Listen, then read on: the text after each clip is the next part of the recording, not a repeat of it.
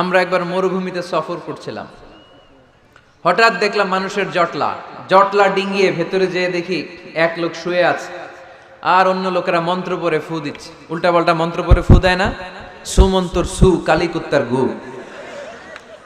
আমরা ছোটবেলায় শুনতাম বাচ্চারা এরকম ছুমন্তর ছুমন্তর ছুমন্তর ছু কালী কুত্তার। তো এগুলো পরে ওরা মন্ত্র পড়তো। তো উনি যে দেখলেন কি কি মন্ত্র পড়ে এই লোককে ফু দিচ্ছে, উনি বললেন কি হয়েছে? সবাই বলল আমাদের নেতা সাইয়্যিদুল হাইমানি গোত্র, এই গোত্রের নেতা সাপ কামড় দিয়েছে, বিষে এমন নীলাভ হয়েছে দেহ মনে হয় মারা যাবে, কি করা যাবে? তোমরা কি কোনো রুকিয়া ঝাড়ফুঁক জানো? উনি বললেন জানি। তাহলে আসো একটু ঝাড়ফুঁক করো। উনি বলল শর্ত আছে, আমাদেরকে ছাগল দিতে হবে, এক পাল ছাগল। আরেক বর্ণনায় এসেছে 30টারও অধিক ছাগল।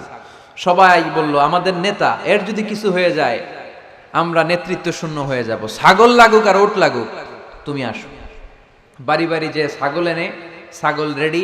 সাইয়েদনা আবু সাঈদ আল খুদরি রাদিয়াল্লাহু তাআলা আনহু পড়তে আরম্ভ করলেন, আলহামদুলিল্লাহি রাব্বিল আলামিন আর রহমানির রহিম মালিকি ইয়াউমিদ্দিন ইয়্যাকা না'বুদু ওয়া ইয়্যাকা নাস্তাঈন اهدنا الصراط المستقيم صراط الذين أنعمت عليهم غير المغضوب عليهم ولا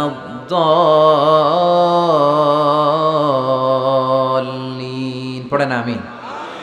উনি এটা পড়ে ফু দিলেন। ফু দিতে দেরি, মুহূর্তের মধ্যে সোয়া লোকটা বসে গিয়েছে। আবার ফু দিছে, এবার দাঁড়ায় গেছে।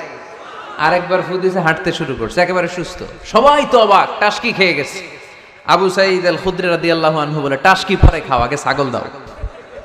কারণ ছাগল দেওয়ার কন্ডিশন ছিল না, ওরা ছাগল নিয়ে আসছে। সাইয়েদনা আবু সাঈদ আল খুদরি রাদিয়াল্লাহু তাআলা আনহু আনন্দে এবার ছাগল নিয়ে সাহাবা